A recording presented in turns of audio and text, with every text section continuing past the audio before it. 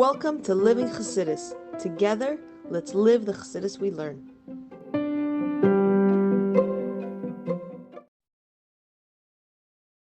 Okay, good morning, everybody, and welcome to Chassidus in the morning. 15 minutes to change our lives. We're doing Elul Ledodi, Lee, the Rebbe. Very exciting stuff over here. Getting into it. So basically, the summary we're holding is a discussion like this: Ani Ledodi Lee, which is talking about the relationship between us and Hashem. That Ani Ledodi is the effort that we put into the relationship. Ledodi Lee is the effort that Hashem puts into the relationship. And we said in general that Ani Ledodi represents Elul and Ledodi Lee represents Rosh Hashanah and Kippur.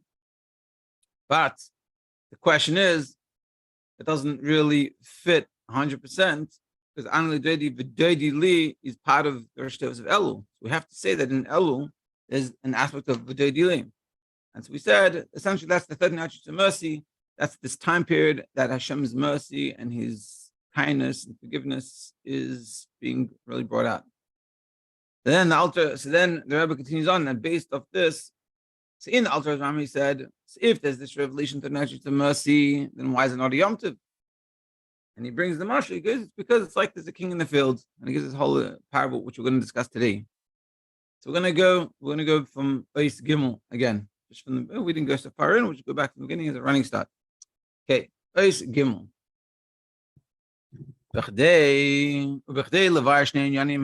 to explain these two ideas, which are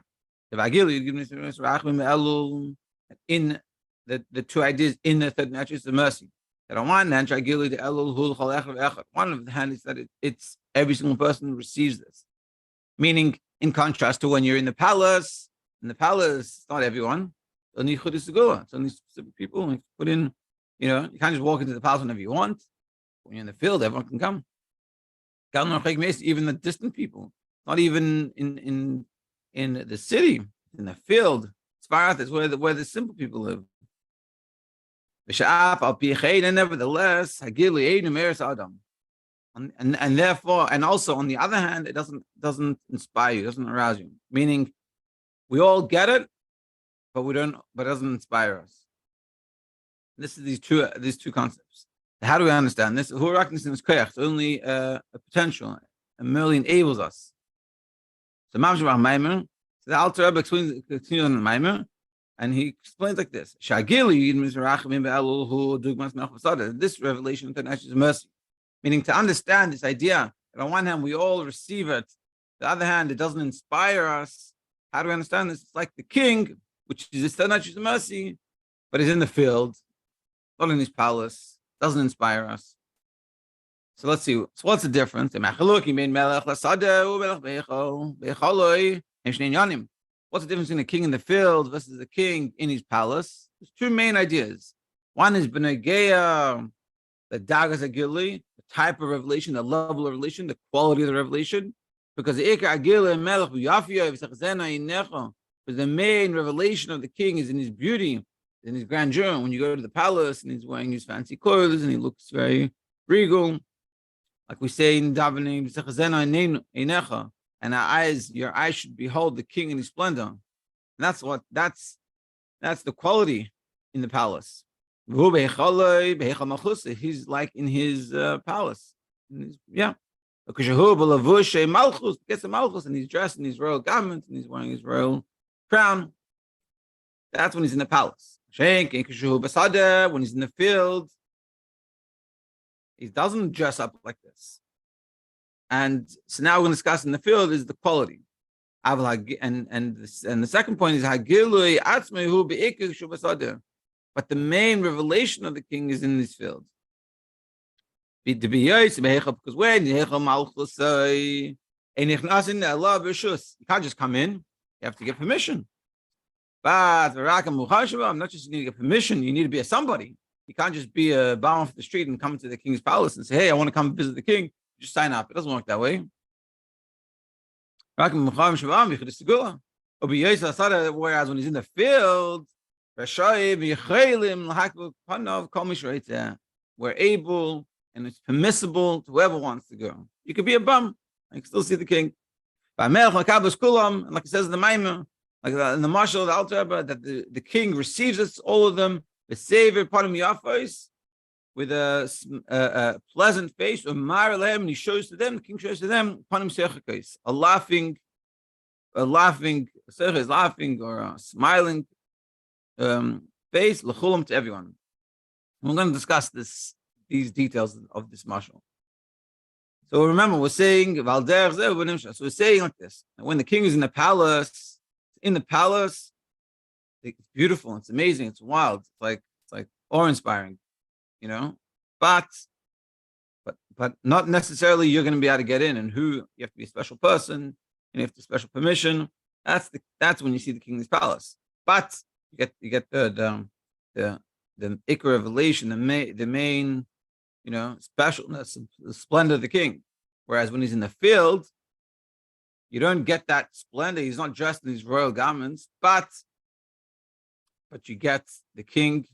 You get to be able to connect with him, get in touch with the king. You don't have to be anything special. You just have to go visit him. Yeah, and that's these two things. So you say, in some sense, it seems like you could say that there's quality of the king is in the palace, but the quantity, the accessibility of the king is in the field. Now, what's in the nimshal? Now let's go to the nimshal. And also we said that when like we added this point, we're going to discuss this, that when the king in the field, not just he's available in the field, but you can speak to him and he's available and he comes and he's smiling, he's happy, and he's in a good, joyous mood. So too in the parable, in the nimshal. Not the parable, the nimshal. Which is like king in his palace, like king in his palace. What happens? You walk into the palace, you walk into Rosh Hashanah Kippur. It doesn't matter what happened in Elul. Elul could have been shvach meises, it could have been you didn't do anything, and it wasn't at all the way you wanted. But when you come to Rosh Hashanah Kippur, you're there. It's automatically you're seeing the songs, the environment, the clothing. It just everything there inspires. And the Meres Adam and the Razes inspires a person. This is like the king in the palace. Wearing his royal garments and his royal crown. Which automatically it casts upon us a dread and an awe. Just being there in the palace, you don't have to do any hachanas to get to the palace to recognize when you're in the palace, to feel awe and it's like to use a marshal for the Americans. If you go to the White House, doesn't matter. Just walking there already, you'll do something. I have to sit there and misbehaving too much. And if you're not an American, just walking in the White House, you understand what the city, you have a little appreciation, or you do something for you. And that's like Rosh Hashanah Kippur, which is not with your avodah. In order to feel it, not to really be able to tap into the energy and to really get all that can be taken from that energy. It's mainly after the preface of the Elul. Or in a different way, you could say that in order to get into the king's palace and get all the way to see the king and Rosh Hashanah Kippur, it's through Elul. And this is sort of what we're saying, that Elul is about your effort. Tishrei, you don't even put an effort. But without the effort of Elul, Tishrei is not long-lasting. That through the avodah of Elul, you become one of the choicest of the people, meaning a special person chashuv enough to go into the palace. And there's only special people that are able to go into the king's palace. Whereas the revelation of Elul is the king in the field. It's in a way Elul, the king is available just like he's available, or even more so, he's available in Elul than he is in Rosh Hashanah Kippur. You think about that. Rosh Hashanah Kippur, you're in shul, you're inspired, you're talking to Hashem, and it means so much. What I'm saying is, you can do the same thing in Elul, even more so. The only thing is, the surrounding environment is not inspiring. Elul, the king is accessible and available, and you can speak to Hashem, you connect to Hashem, and you can really fix up all that needs to be fixed and work on yourself, and Elul more so than Rosh Kippur. But you just won't have that feeling of awe inspiration as easily as you have it on Rosh Kippur.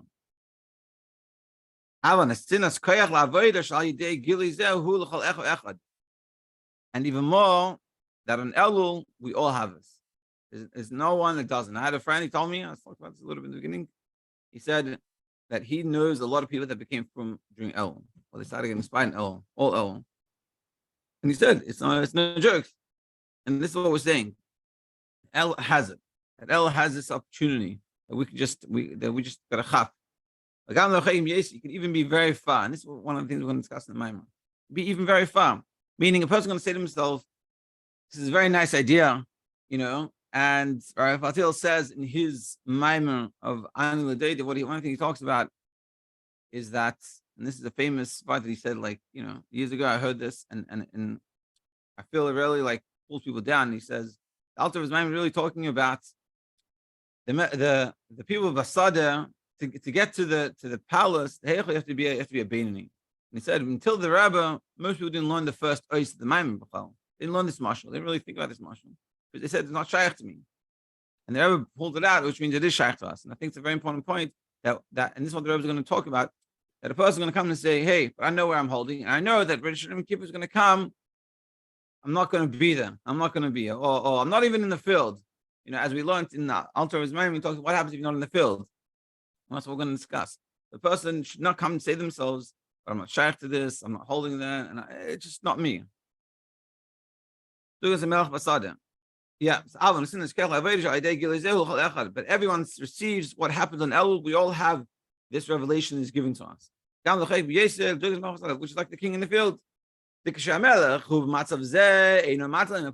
thing is, but when he's in the field, he's not wearing his crown and his robe and his fancy clothes. He's very simple, just in his tracksuit pants. And therefore, it's not as awe-inspiring. It's not as, exciting. It doesn't have its effect as much. Specifically, people that are in the field, which means it's not physical field, but it's the spiritual field. They're on a low level, meaning we're not so connected. The person says to themselves in a simple, we could say, hey, I'm like a field person. I'm not so connected. And even more than this, and the king coming to you, you say you're not in the palace worthy. Doesn't matter. The king is there with you. And even more, when a person can be such a low level that he doesn't really care. Does not even cares. It's Elul. So let me just live my life. Let me alone. Let me have my my life. I don't care. I'll do my davening, my learning, whatever it is, the minimum I do. I just do it. I don't care about it. But it's such a level. And we're saying the king comes to you on that level. And this is what he's medayik. Alter Rebbe medayik in his maimer. It's called whoever wants to come out. Meaning, the reason why they're coming to greet the king is because they want to. But and the ability for them to greet the king, meaning as much as they put in the effort, but at the end of the day, the king is there. I'm not going to go travel to go greet the king in the palace. I'm not going to go to greet the king in the palace, or I can't even get in there. But if the king, you tell me the king's outside, I'm going to go. To use a bad example, but maybe 5, something can't be 5. Whatever it was, when Obama was president, he drove down Kingston. Everyone out to greet him. The streets were packed. People, I actually didn't go. I was in the Sada, I didn't go out. But I remember my wife did. And this is sort of the Melch Basada. We'll have to, but this is sort of that idea that you should need to go out and greet him. And even if you're on a low level, as long as you just need to go out.